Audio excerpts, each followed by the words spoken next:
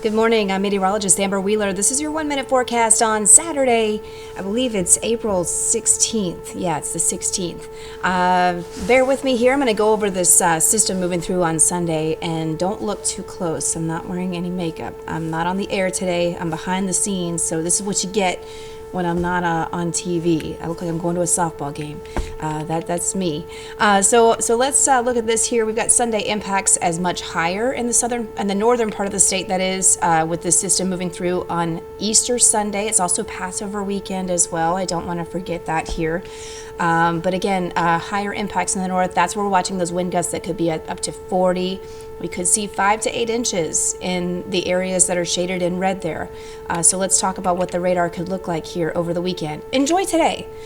Today we're talking sun, light winds. Just driving here, I was watching folks doing some more shoveling. This is a day to kind of get maybe caught up on shoveling and cleaning out everything that fell over the last several days. I know a lot of folks still working on that. But then late tonight, we've got this low moving in.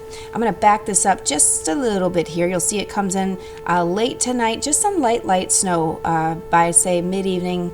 Before midnight. And then after midnight is when the bulk of the system will try to move through. It's going to fall mostly as snow. We could see a bit of a mix there in the far south. But this is going to continue all day. Probably seeing some drier air get brought up into the southern part of the state, which is why our numbers in the south are going to be much lower. But it is going to be a continuous snow through the day for folks in northern North Dakota. I'm going to start this over again so you can see what we're talking about here. So again, starting this evening and then pushing this through tonight. Once it starts in the north, it's not going to stop. The bulk of your snow in the south, in Bismarck and Dickinson, you're going to see that early on Sunday.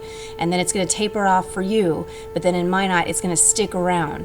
Unfortunately, a lot of folks in Minot just don't want to see any more snow, but I got to give this forecast to you, and I hate that. So let's talk about snow amounts here. This is one model I find very reasonable for what we could see. In the north, there are 5 to 8 inches. That's why we have that winter storm watch. So you see here, Minot probably seeing closer to 8. You're one of the areas that are certainly in line to see that. You're in that 5 to 8 zone in Williston. Folks in the northwest still needing some good moisture here out of the system. In the south there, Bismarck and Dickinson, you're talking maybe a trace to a few inches at this point. So I do want to show you this winter storm watch, if you will. So it's a watch. So what happens is that when we're this far out, we'll get a winter storm watch, but as we get closer, this will get changed over to maybe a winter weather advisory.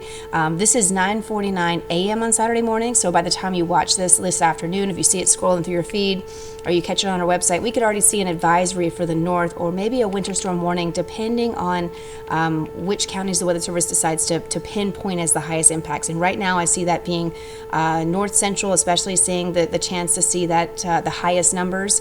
I wouldn't be surprised to see a winter storm warning, but we'll kind of see how that progresses.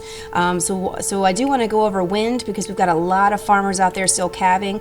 Here's picking up tonight at midnight because the wind directions are shifting with this system.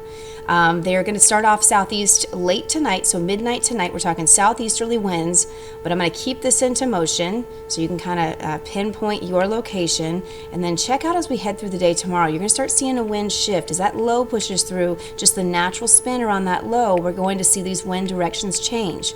So around, say, 2 o'clock tomorrow, this is what we could be seeing. And the winds, as they shift direction, will pick up tremendously. Sustained 20 to 30, gusting to 40, possibly 45 at times.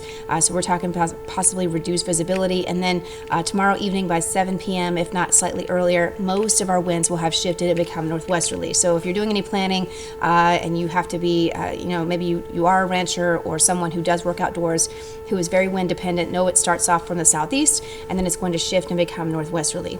So again, certainly something we're going to be watching here for you at KX News. We've got, again, another system that I know that a lot of folks don't want to see. But again, I hope you can have a wonderful Sunday, regardless of the snow. Maybe it's a good thing for you. There are folks who love this, who want more, and certainly relish in this. The rest of us are ready for the 70s and sunshine, which I promise we'll see really soon here. It is time to start seeing that very soon. So stay tuned to KX News and KXNet.com. Taylor will be in this evening with your forecast, so super excited to see her back on the air here. She worked hard this week with us as well during this snowstorm, so she's here working hard to cover this system here for you Sunday. Again, it's a one-day system. It's not a several-day system, and then we're back at it with the 20s and 30s on Monday with a better shot at sunshine